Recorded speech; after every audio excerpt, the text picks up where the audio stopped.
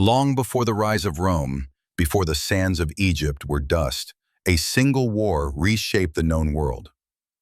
This is not just a story about warriors, it's a story about pride, betrayal, and the cost of immortality. Based on Homer's Iliad, Troy 2004 retells the legendary conflict between the Greeks and the Trojans. But it's not about gods and monsters, it's about flawed men, burning cities, and the war that defined an age. In a fragile moment of peace, two princes from Troy arrive in Sparta.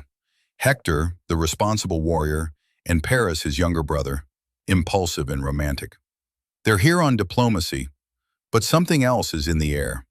Paris is drawn to Helen, queen of Sparta.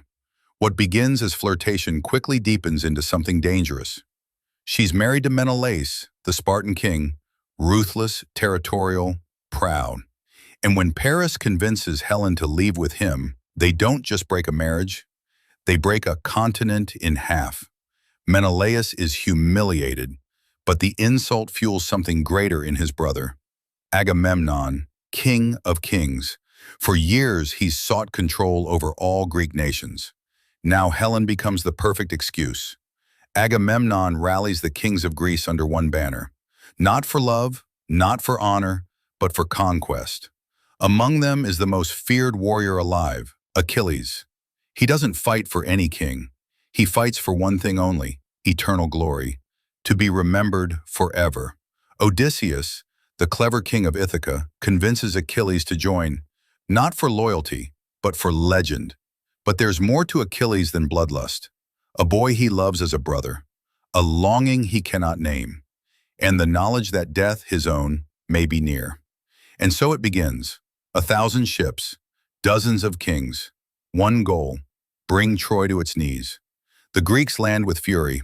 Achilles storms the beach with his elite warriors, the Myrmidons, slaughtering their way into the history books. Among the spoils of war is Briseis, a Trojan priestess.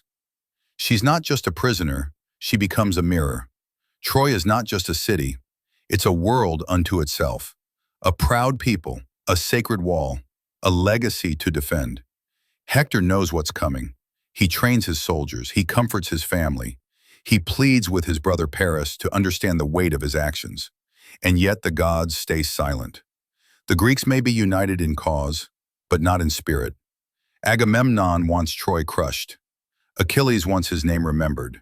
When Agamemnon claims Briseis for himself, he ignites a civil war inside his own army. Without Achilles, the Greeks falter, and on the battlefield, Hector begins to turn the tide. And so the stage is set. A prince with something to prove, a king with everything to lose, and a warrior torn between wrath and love. What happens next is legend. But here, we pause. We leave Troy not in ruin, but in suspense. We leave Achilles not in glory, but in silence. Because the battle that changes everything is still to come. This was Troy, a war for pride, a tale of gods and men. And a question, what is the price of being remembered?